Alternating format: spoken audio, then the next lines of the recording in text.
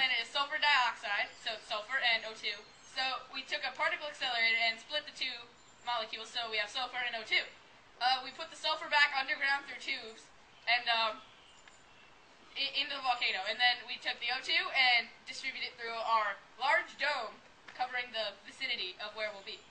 We can roam around in spacesuits, which we can fill back up from the large eucalyptus trees, which will breathe oxygen out of their large leaves. So that's pretty much it. So let's give it up to water. Hi, I'm Will, and I did the research for the water supply of our Io colony.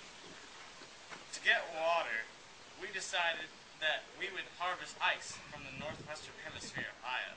Then, using this ice, we would store it, and so it would eventually be used and separated into oxygen and hydrogen. Then, we could have two uses for these two elements. One, the oxygen could be used to help oxygen supply, or we could recombine the oxygen and hydrogen to make water again.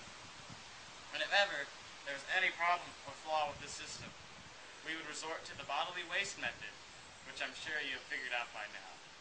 Now, I turn it over to food. Why, hello there, kids. I'm Frank, and I did the food supply on Io. Basically, we're growing our food in a giant greenhouse with the luscious volcanic soil of Io and the great water from our water team. And thanks to heat control, our plants are going to end up all pretty like this.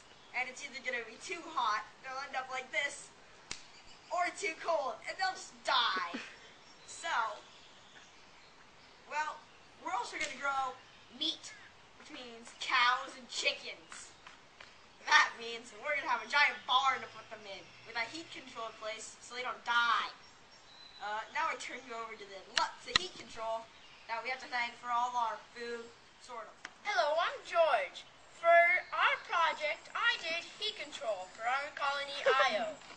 To heat up our colony, because Io is so cold, we used pipes with lava in them from the volcanoes on Io, because Io is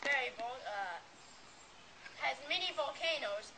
We pumped the lava around the building, and the lava, because the heat from the lava heated up the air, it would be warmer for us, and it would be nice and cozy.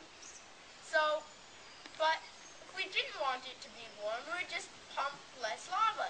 And if we wanted it to be warmer, we would just pump more lava. Just like to help the plants grow.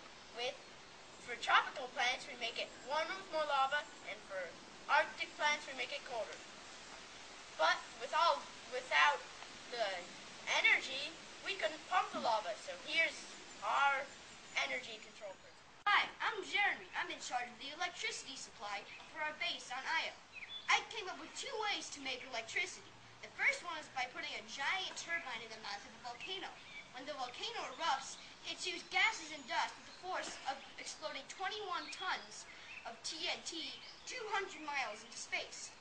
The other way I've come up with is by utilizing Io's mantle tides, which means that as Io passes through the other Jupiter's moons, the magma under the crust moves up and down.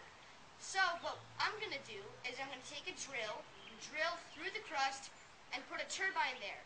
The movement of the magma will turn the turbine, which is connected to a series of gears, which in turn will power a generator. Electricity powers most of the things here on Io, and we have a very healthy supply of it. That's how I'm making electricity on Io.